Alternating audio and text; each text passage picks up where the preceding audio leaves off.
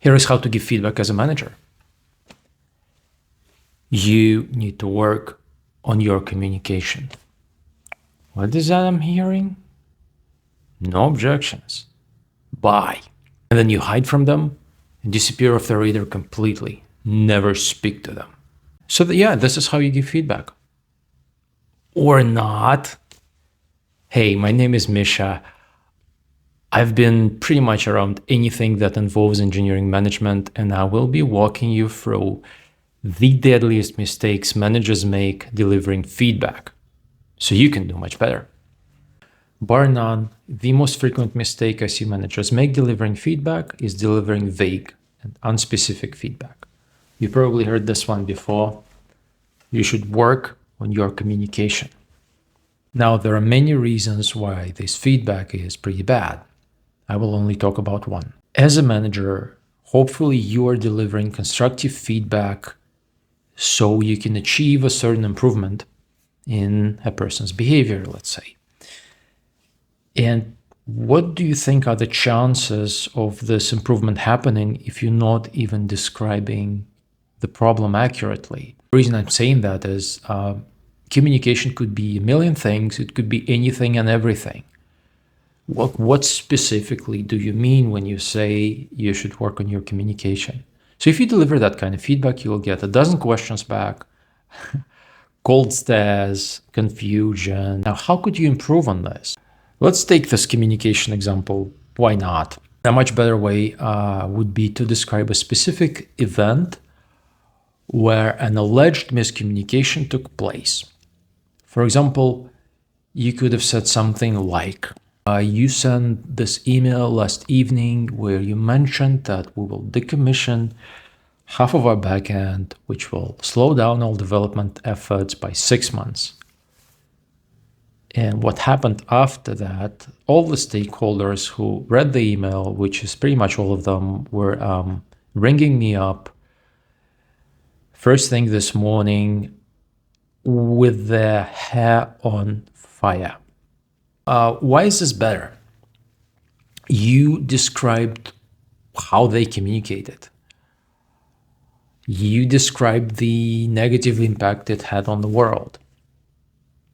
Now, this is by far not everything that needs to happen in this conversation, but this is a great conversation starter because you described the problem. Now, they can grapple with the problem, or you could help them grapple with the problem, but you already have a great start. Like, this is already 100 times better than you should work on your communication. Now, in general, while delivering feedback of any sort, I'd say, you will probably be speaking about events that took place in very recent past, and it needs to be very recent past. I will touch upon that later. So you need to be precise about who did what impact did it have on the world. In this case, we're talking about constructive feedback, so it's going to be negative impact on the world. How do you know this? All of this needs to be precise. Otherwise, you don't have a story. Otherwise, you're on very shaky grounds. And the person would be very right to dismiss this feedback. I'd say that they're justified. You don't really have a story that's straight. And if you don't have that, like, let's say one of the elements is missing, like say you don't have the impact, the negative impact that the miscommunication had on the world, then was it even a miscommunication? Why deliver this feedback? I would say if you don't have a clear story, you don't have facts straight, you know who did what, and you cannot share how you know all of this, or you don't have the impact, like, don't deliver that feedback. You're just going to look like a fool, and you're going to waste a large amount of time.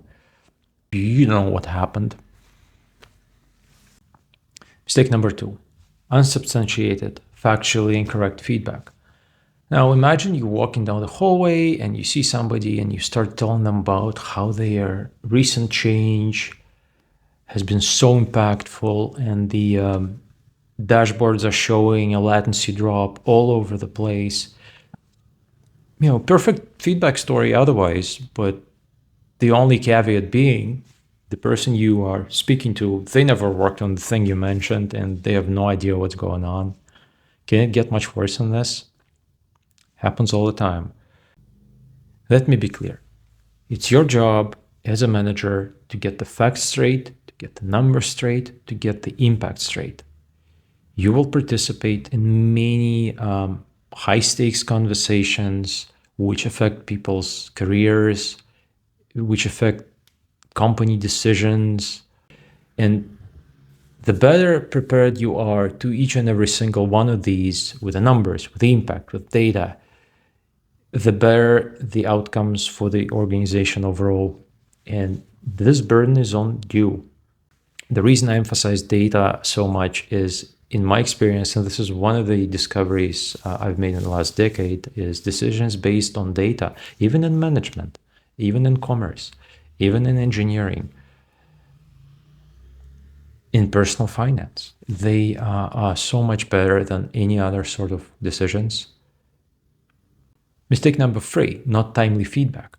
This is, for example, when you sit somebody down and you say something like, hey, remember last year, Mark apologized to you in the hallway, and you shrugged and you continued going down about your business. And they'd be very justified to say, when was this? I don't remember.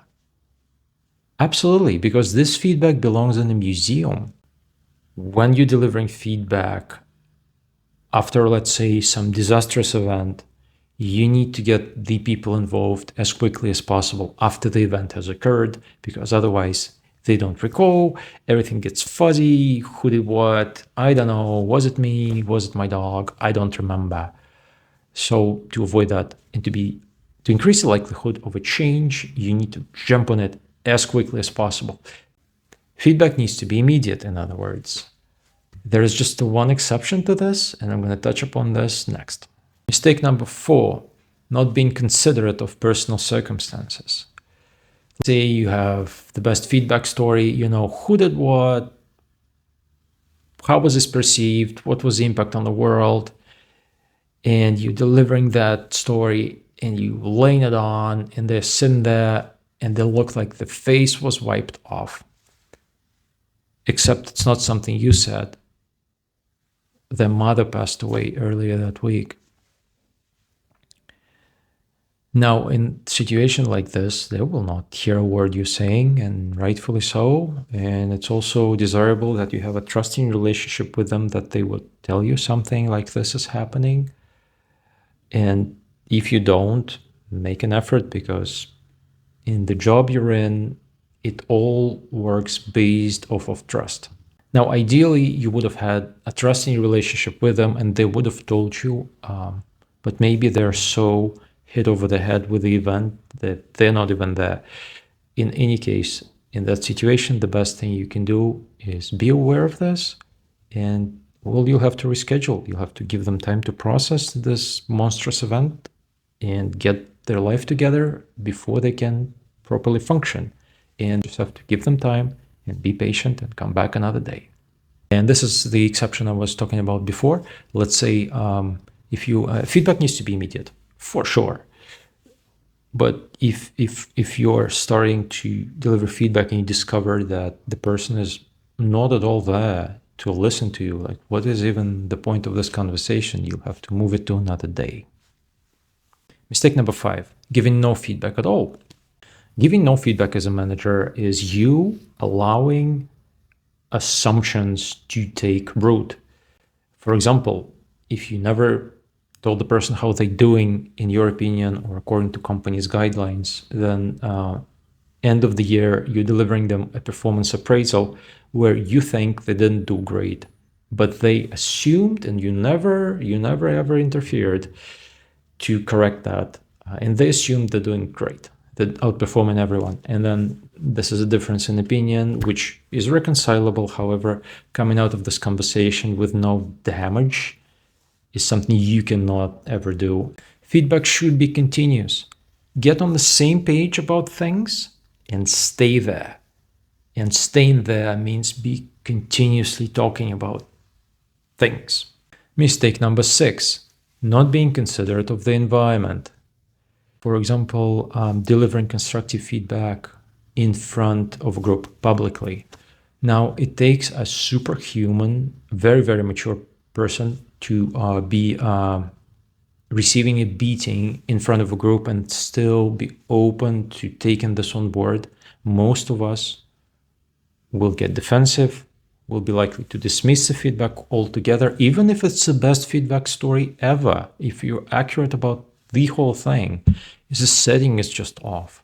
And you want, as a manager, your feedback to be taken on board, and hopefully you want to achieve some change.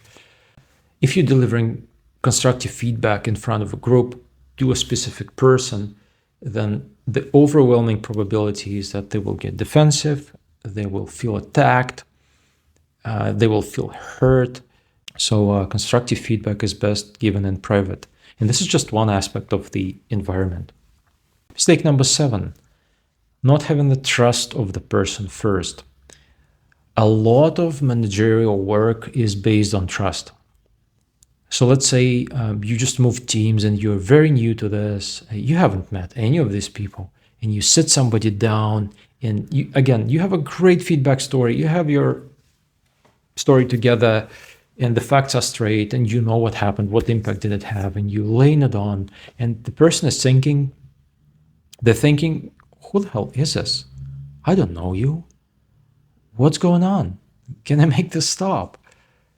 So constructive feedback cannot be the first conversation you have with somebody. I don't care how busy you are.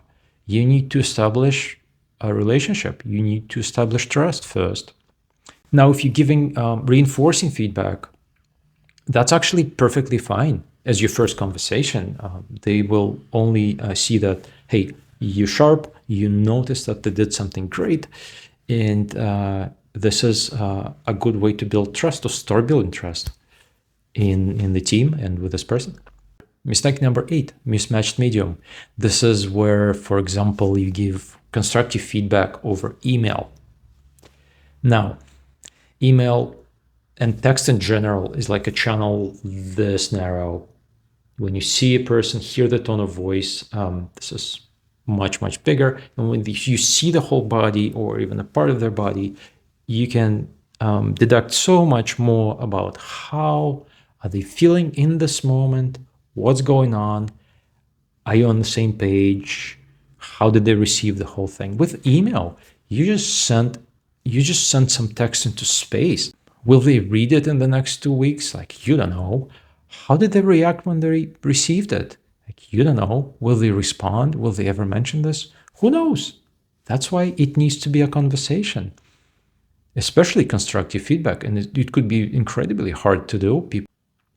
People avoid that for a reason. And this definitely is one of the biggest reasons I think managers are not doing great. The managers who are not doing great because they avoid the tough conversations or defer to secondhand medium like email. Definitely hardest conversations are meant for face-to-face, because this is where you have the most information about how the other party is doing. And it gives you so many more options. If you're armed with that information, then you can do so much more to steer the conversation a certain way that you prefer it to go. Or sometimes, I don't know, maybe somebody just starts crying in front of you and you delivered feedback you thought was insignificant. Would you notice that if that's an email? And I would argue this is information you need to make better decisions and to be a better manager. Please like, share, subscribe, ask me questions, argue with me. I love that. But most importantly, subscribe to my email list. There is a link in the comment below. I will be sharing a ton of free guides and a ton of advice about how to be better at management in general. Most of my experience is with engineering management. However, I'm pretty sure a lot of what I'm going to be speaking about and teaching about and sending you emails about is going to be very relevant to pretty much any managerial position. Bear in mind that most of my content is for absolute beginners at this. Like, you've been doing something else and you're just stepping into engineering management, management in general. and you want to know how to do things better, how to be better at this, what's the frame of reference, what do I even start? God, I wish I had something like this when I was starting out. It took me 8 years to figure out most of this stuff, and I didn't learn it from a book. This is from real experience working in corporations, all of them IT. Sorry about that. Now go get out there and use your newly acquired powers for good.